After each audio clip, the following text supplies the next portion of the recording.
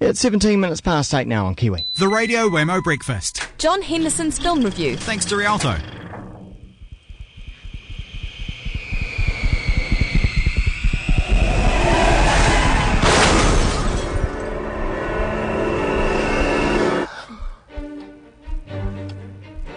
The film we're looking at today is one called A Single Man. John Henderson's along to tell us all about it. G'day there, John. Wammo, how are you? I'm very well, very well. What did you think of this one?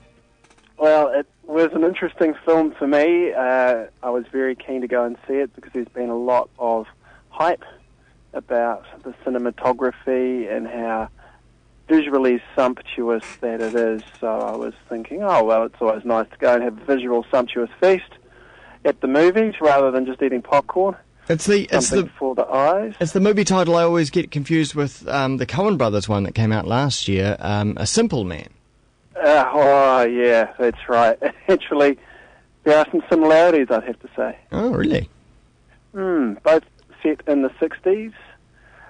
This is set in California, and it is the story of a gay man who has recently lost his partner, Jim, of 16 years, and so he's coming to terms with loss and grief, and starting to wonder what his life is about. So, yeah, a little bit like the Coen Brothers movie, but there the similarities end.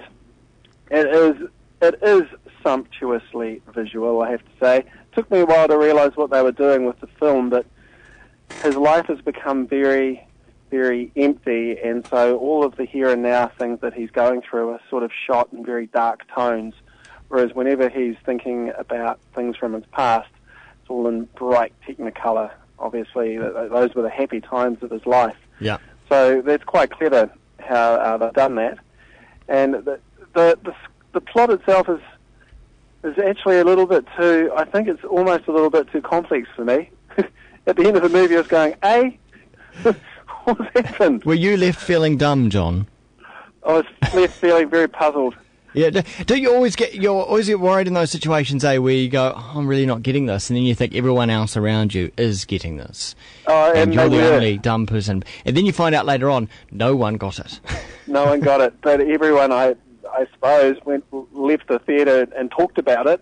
Yeah. Maybe even if they just said, what was that about? So, a good movie in that respect. Did it make you want to go to IMDb and actually find out? Yeah, it did. I was wondering if there was a sequel. But I don't think there is. I think it is game, set, and match.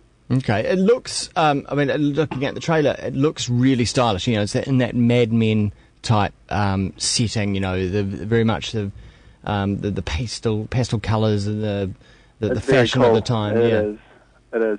And he's a college professor, and he drives around in this little Mercedes, and it's very cool. It's a very, very stylish movie. But you don't have a clue about what to make of it. It looks great. It's about grief and loss and how he comes to terms with it. In fact, he decides he's going to take his own life. So he goes out and buys bullets to this old antique gun that he's got. But whether or not he actually does, or whether he has a heart attack before he actually gets to kill himself, I wasn't sure about. Julianne Moore's in it. That's got to be good. Yeah. She's a great actress. And Colin as well. He's there. He's been doing a bit lately. Yeah, I think he was up for an Oscar for this performance. It's very good. Well, okay. What would you give it out of 5 then? I'm rolling in there at a 3 with a question mark. Perfect. Thanks, John. Thanks, Wammo.